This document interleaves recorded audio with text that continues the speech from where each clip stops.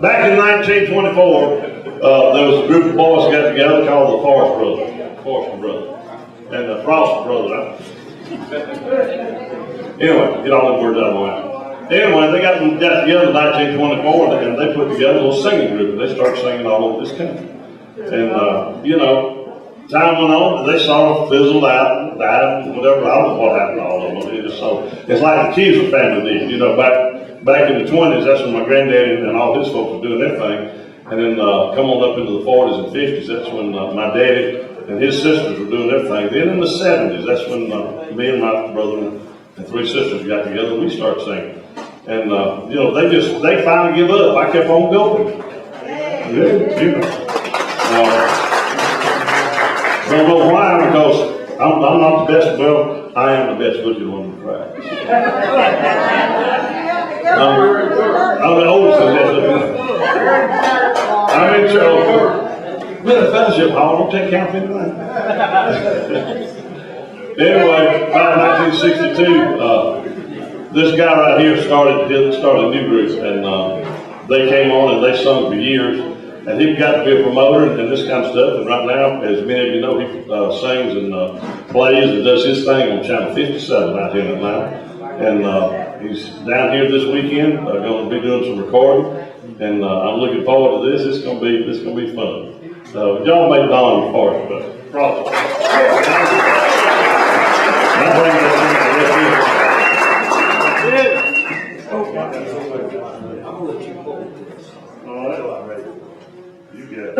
I tell you what, I had everything working. I used this thing.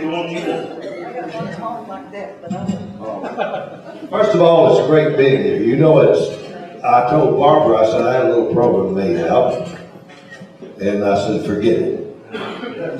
Y'all, listen, my dad and them did start singing in 1924. The Frost Brothers. And Roscoe, Robin, Raymond, and Roy. And their granddad was named Reuben. That was my granddad. And they called themselves Reuben's Rhythm Rascals. That's what they called it. Then it became the Frost Brothers. They never charged. They went off. They sang at more funerals. They would be plowing. Somebody died. They wanted to sing at the funeral. They'd hook the mules up to the end of the road, go sing at the funeral, come back, go back to plowing. That was the way we were raised. Tonight, this reminds me of my childhood. I mean, there were, you know, I told Barbara, we can't get over it. Her family was the Stevens family. They were on WLAC, and my folks and her folks were the most popular singers around Middle Tennessee. And they went to all the singing conventions, and back then, there was no way to get a seat. They'd raise the windows of the church every Sunday. We hadn't seen it. You couldn't draw flies with Southern Gospel now in Middle Tennessee. And all the churches are singing off walls. Have you ever noticed that? There's nothing about singing words off a wall, the same verse over and over and over is going to take the place of Amazing Grace. Amen. Come on, brother. It ain't going to happen. I was raised in a place called Possum Trot, Tennessee. Now I know hey, I didn't laugh at where you were from. But it was backwoods, and that was the way I was raised. But we went, only place we went to singings, and my dad and his brothers sang, and it was somewhere every Sunday, and crowds, and it was great. And everybody went to singing schools. We had singing schools, and people would learn how to read the shape notes, and you play, and you play, and you lead this one, and it was like, wait, not anymore. And I've never seen in a long time and I'm in the business of looking for talent. I've had over 600 different artists on my TV show in the last 20-something years from all over the country. And I haven't seen this many singers in one spot. This good, I'm telling you, I told Barbara, I said, it's like it used to be over at our place. Possum Trot was a nice place to be from. Do you know in a little town that we were driving through the countryside, and I said, this is reminding me of home, you know. But we had an old boy that over there that wasn't wrapped too tight. Every little town has got one of them. This boy's name was Tootie McLean. My brother Carl was 11 years older than me. Albert was 9 years older than me. Brother Ray, we lost in the service, he was 6 years older than me. My sister was 3 years older than me. And we were all went through the first grade with Tootie, every one of us. Tootie thought a cell phone was what his brother used when he called him from the Rutherford County Jail. That's what he thought a cell phone was. Tootie got religion. And he had a brother named JJ.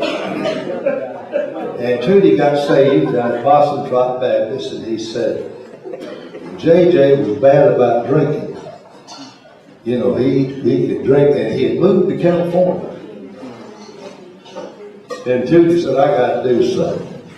I'm going to go to California and see if I can't bring JJ to the Lord. So he said, he wrote me a letter, and I got the directions and said, just follow the directions, because Tootie wrote a little old moped type thing. So he headed to California for pot on it. He said, I started out following the sign. Said the first sign I saw said clean restrooms. So I went in and cleaned that. He said there's a lot of restroom places, you know, California and possible. But he finally found out that we got lost.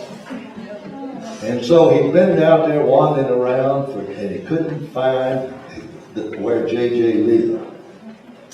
So he went in this little market, and the guy looked at him and he knew he was an old hillbilly, you know, wasn't wrapped too tight.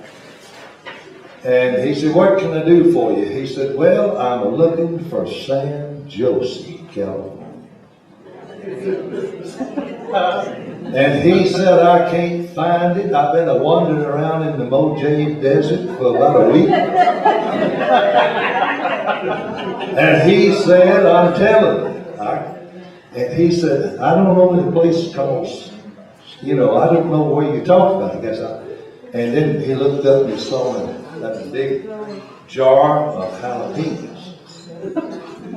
And he said, can you get me a po' boy sandwich and let me have one of them jalapeno peppers you got there. And the guy said, what do you call that? He said, a jalapeno pepper. He said, you know what? I know where you're going now. He said, you're going to San Jose. And that was the Mojave Desert. He said, now we can help you. He said, what are you doing out here anyway? He said, well, I got a brother, and old Hey, and said he's bad about drinking that Jack Daniels.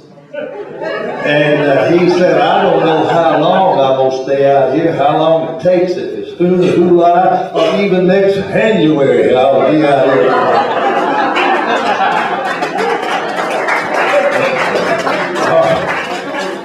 Anyway, I want tonight, because I just told Barbara, I said, I want to visit with y'all just a few minutes. I'll sing a song or two or three, but I just want you to get to know where I'm coming from. I've been doing this show for 25 years, but my brother and I, we started singing, in fact, about 1962. And my dad and them had sung, we've been drugged to singing and every, walked and everything else, every Sunday. But then one night I was listening to the radio on WSCM, and I was a junior in high school. And I heard the Blackwood Brothers, James Blackwood, and the Blackwood, and they come on WSM. And oh my goodness, I had never heard the so-called professionals. I heard a lot, my dad and them were great, but and they sing Every Day Will Be Sunday by and by, remember? And I said, my mother had been going to all night singing, so I said, I've got to go to that with them. They would take their lunches, and they'd go down to the Ryman Auditorium, the Statesman, Blackwood, and Harmoniers, and all those people would be there. They'd take their lunch and sing till 2 o'clock in the morning. So my brother was singing country music, and so when I went the first time, the Harmoniers come out, I said, got to be the best there is. And then Mama said, no. Then the Statesman, Denver Crumpler, that's got to be the best there is. And then they announced the Blackwood Brothers. So I went home, and it's not like it is now. All of my buddies from the high school and everything became big-time fans. The Blackwoods and the Statesmen, those people were our Rolling Stones. Amen. That was, and I thought, this is the grandest thing. I know one night, one of the singers, Billy Graham, and they came down to the all-night singing. And I mean, it really moved me.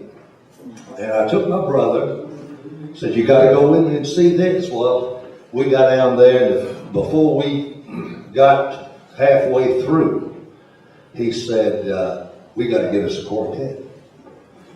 Well, we went home and started to put together a quartet. The first quartet we had was my wife, Barbara, and we weren't married yet. I met her at a singing, and I said, And I kept, and I waited around. She's a great singer. Her and her sister sung a family song, and then my family knew their family. And as soon as I went and sat down with her, and I had her laughing in a few minutes, and we were in the choir, and I asked her for a date that week, and I think it was 2 weeks, and I asked her to marry me, and we got married. We've been married 61 years, more than 62.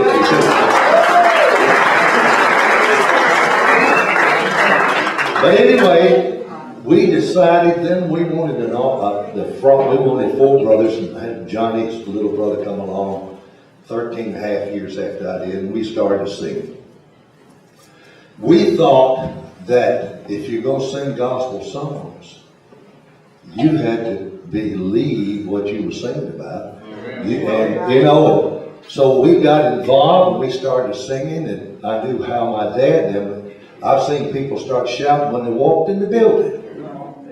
And they were, they were just, they might be borrowing somebody's glasses down here. They're country people.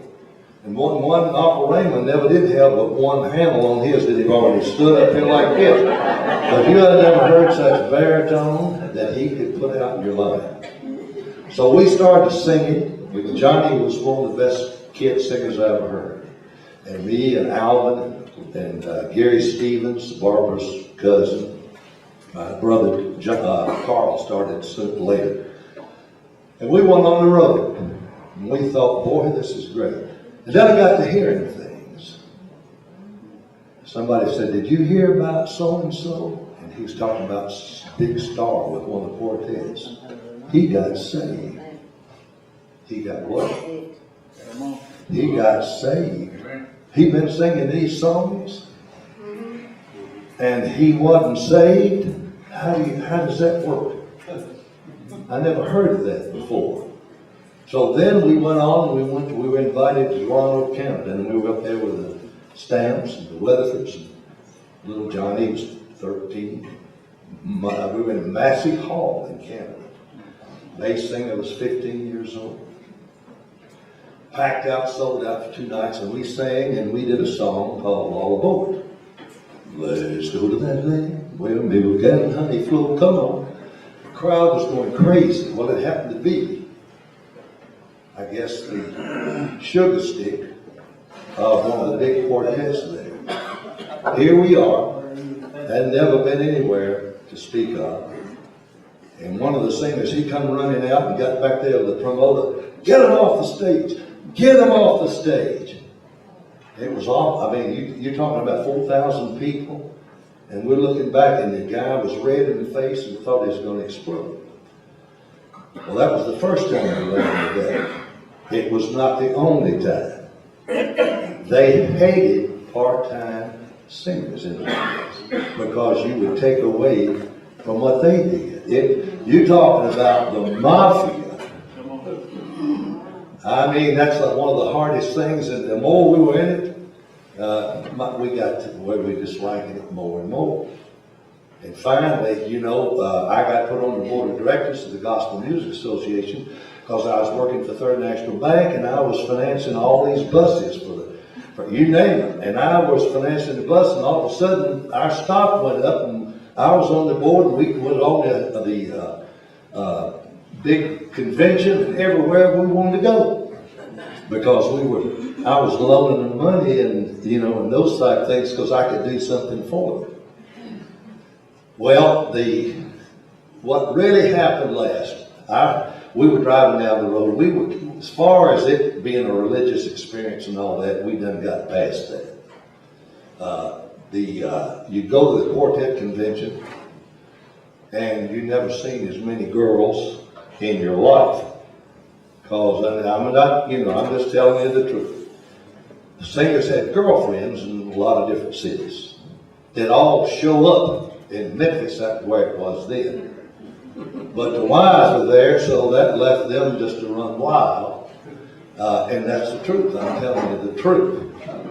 So, and the next thing I know, we got caught up in all of that. We weren't any better than the rest of them.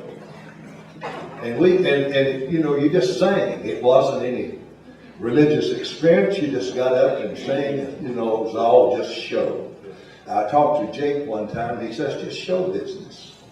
So, and I said, if Jake is the anybody in the whole business that lives this, he said, let's see. There's Pop Spear. And then there's Pop Spear. And Pop Spear. That was the only one he could come up with. Pop Spear. And I thought that was kind of humorous. But the real big thing came, and what changed it all, I got out of gospel music for 20-something years, didn't want to hear it. I didn't want no part of it. I didn't believe anything they sang about. I went into making money. And my brothers. But we were riding down, just before I got out of it, was riding down the road one day in our bus. And there was a big country hit out, big time. It was #1 song of the year. It was called There Goes My Everything, and Jack Bryan was the artist of the year. I'm sitting in my bus, and I got a piece of paper, and I started writing. I remember my days of darkness, and I wrote the song. He is my reason for living. He is the King of all kings. I long to be his possession. He is my everything. Amen. See, everybody knows it. So we started singing that about 2 months, and the next thing you know, so we've got to do something. Said everybody wants us to record this. So we went to the studio and we recorded it. Grant Turner was playing it every day. It would have been the biggest hit. Here's the problem. The writer, he wrote Elvira, he wrote a lot of things. He claims he's a preacher, and I'm hoping that that's true. He wrote the back of our album, and he said the Frost Brothers came in to me, and this is when the song was barely out, the big song. And he said they had an idea to take my song and make a gospel song out of it. And I thought about it, and I thought, that's a great idea. And on the back of our album, he said, I sat down, and within 15 minutes, I had written those lyrics. He is my everything. He didn't write anything. We'd been singing for 2 months. I said, that's about it. This is not for me. I'll go do motivational speaking. I don't want no part of it. Well, I was looking in some books not long ago. Do you realize who all has recorded that song? Elvis Presley, the Jordanaires, Connie Smith, George Jones, you name it. I guarantee you there's been more money made with that gospel version than the original that Jack Green did. Amen. Now, so let me get to this and get to the good stuff. The Lord started dealing with me back to about 20-something years of getting away from that. And I told my wife one day, I said, you know, I miss gospel music. The Frost Brothers, Jake had said, y'all are going to be the next big thing. And we quit. My brother John, like he said, he picked up a guitar. I mean, he was awesome. He played on some Blackwood stuff. But he was a kid. I mean, you can imagine what that did when you're 13 or 14, like this young man. Somebody gets up there and gets mad and going to get you thrown off the stage because you sing a song they happen to have in the program. So, but I said, the Lord is driving me crazy to do a television show about the best singers you've never heard of. Because people ask me, who's the best you ever heard? I said, I hadn't heard them yet, but I'm looking. I'm looking for them. And I'll tell you what, I told her I don't know how I'm going to do it. But I want to be able to take these singers. We had to go through everything. You know how we got on the all-night singing of the classes? We were on television on Ronnie Page's show in Nashville. Jake Hess had the show for a while. We were on all the time. We were singing. We were the only white group ever invited to Chicago to sing on Jubilee Showcase 50 years ago. And they're doing a documentary about it. I've already done my part. We were the only ones with staple singers. They're in the Rock and Roll Hall of Fame. We sang with Shirley Caesar. We sang with all of them. And the reason we did, because we got treated so bad with the so-called gospel singers that we were used to. Pop Staples, we sang in Nashville, and we were the only white group there. And he said, y'all fascinate me. Would you like to come to Chicago? Yes, we'd love to. We went up there and did their show. You can look on YouTube and you can see us doing Wouldn't Take Nothing from the Journey. And then Yvonne Staples says, now we got to go to sing after we've done all those shows. I said, where are we singing? I didn't even ask. And she said, McCormick Place. I said, how big is that? She said, 5,000. Seats 5,000. 5,000. How many tickets did you sell? Now, we didn't ask for much money when we went up there, and the Pops kind of laughed when they told us what they come for.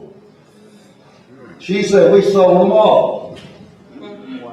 We got up there, it was 5,000 people, and we went over. Great.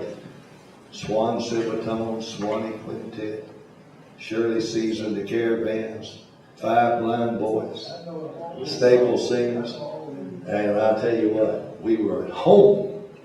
Now, and it's going to be on PBS. They did a 2.5-hour interview with us. He said, y'all are pioneers. I said, no, we got invited to sing, and the people that liked our music, and we were treated better than we had been treated.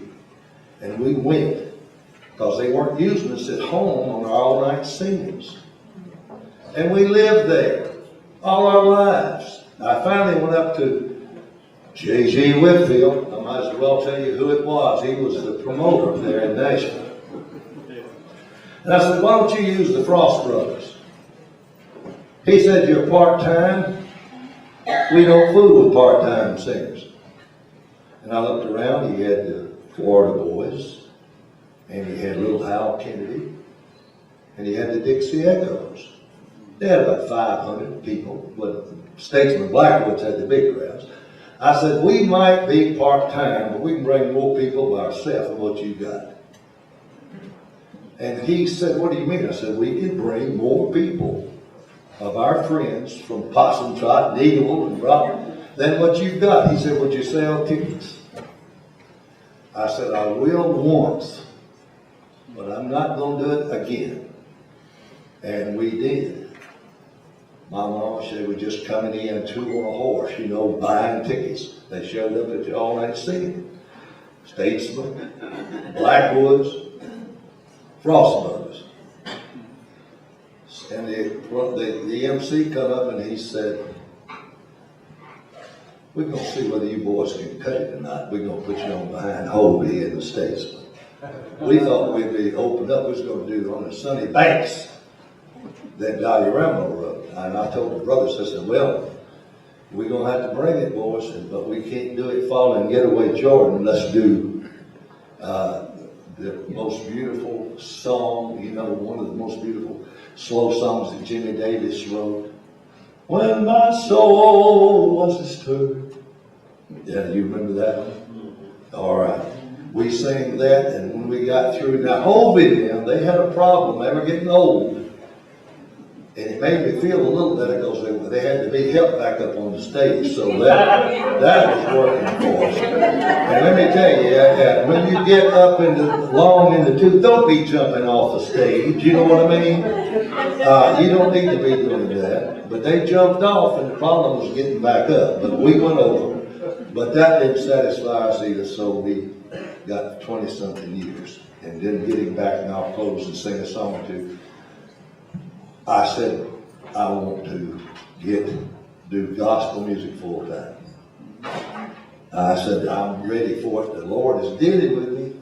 And he's telling me, and I couldn't sleep. I said, you know. So I went to my preacher, Reverend Lee Hyde, and I said, listen, I said, the Lord is calling me to do a television show. And I said, I don't know. It's going how to go about it, you know, but it's got to be with people you never heard of. That's what it's got to be. It's got to be a shot for them. And that's what I got to do. And he said, praise the Lord. And he said that all the time. Praise the Lord. Didn't matter what it was. So we went out and did 3 days of shooting. I went and found the best non-professional singers I could find. And we made some shows. I made 13 one-hour shows. That cost a lot of money. Do you know how many, where I had to play it? Nowhere. I didn't have nowhere to play it. So I was walking, after we got through, I was just going out.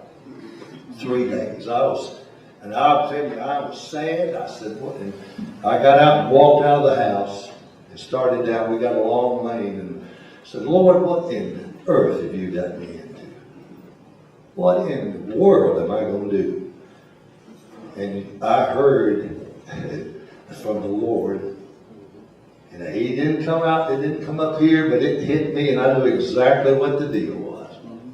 He said, you just do what I've asked you to do, and I'll open doors you never dreamed of. I've been in 20-something years. About 3 months ago, I got to thinking, I was told, Barbara, I'm getting a little tired. I don't know if I want to keep doing this or not. And so we get all these calls from around Atlanta, Georgie. We get a lot of those folks that call it Georgie. So I know I'm dealing with the right kind of people. And they said, Brother Don, don't you ever let that show, you stay, you keep that show going. And I told Barbara, I said, we can't quit, let's jack it up another notch. So I went and got on a show in Nashville called Nashville Live. And then they invited me to come up to the network just about a couple months ago. And I went up to TCT network. They're in 90 million homes. And I was on a 30-minute program called Rejoice. And when I got through, it was great to be on. We were in I was in more homes than the Frost brothers, every one of us has been in since 1924 and one 30-minute show. So I went and talked to the head lady and I said, listen, I want to know if my show with my, because I have everybody calls and loves the show except one old lady. She calls and aggravates me about once a month. And I said on television, lady, don't you know I got caller ID? You know, But I think she's a heavy smoker because she's got to cross voices between Lucille Ball and J.D. Sumner. You know what? She told me the other day, why don't you get some good singers on your show? And I thought, well, lady, send me a few thousand like they give Jason, maybe we will. But anyway, so we took the show, and it was approved for a network. They're just waiting on us to get a sponsor. We're top. They said, we love what you're doing. We love the content, and we love the, the quality, all about it. I'm looking for the singers that want to do something for Jesus. Amen. You know, that,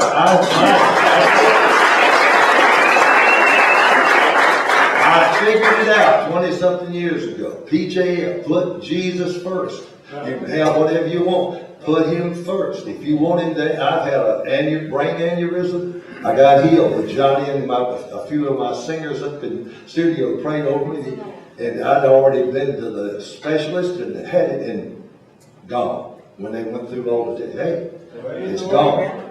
I had prostate cancer 3 or 4 years ago. They diagnosed it.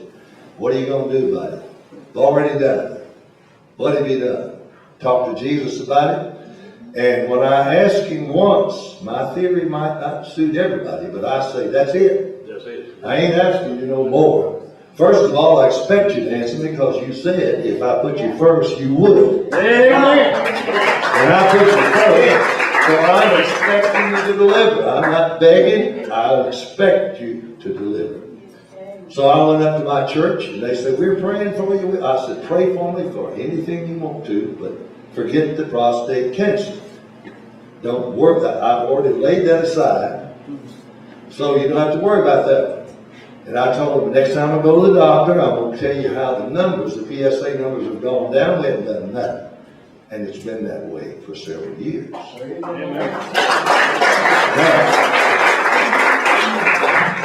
But I believe in putting him first. And I tell people, they call me on the phone, put him first. You got to be able to talk to him when you're going down the road, right? You know, because if you got him close, I misbehave sometimes and say things I shouldn't say. You probably don't believe it. But anyway, I said, Lord, I want to go right then. Please, I didn't mean to do that. Forgive me. I'm sorry about that. And so it's like having, it's hard. Y'all know. There are people here that know how that is. But boy, I tell you what, let me do this and I'm going to sing a couple of songs. My brother, I lost Alvin's wife. I lost Alvin and Carl, the Frost brothers, and my sister, all in just the last few years. Carl and Alvin hadn't been that long. It's just Johnny and I from Frost brothers. And Carl died, it's been about 2 years, right? And there we are, and we're in a big tent. He had found him a place to be buried out in the country with a big tree, and it's just as far as you look, it's nothing but open country. And I looked there, and it's under the tent. I started looking at all these people. There was a nephew who is a Major Green Beret. There was Carl's daughter who has been in the Middle East and for years as a missionary. All 3 of her kids, they got Bible names, were born there. And then there's others that are ministers. We got preachers, we got singers, and like that, all of my kids have been baptized. My grandkids, they're all involved in church in some kind of way. And I turned to Johnny and I said, you know something? For an old part-time group, we didn't do too bad, did we? I'm telling you, I never seen as many saved folks under one tent. And it didn't have to be that way, but it is.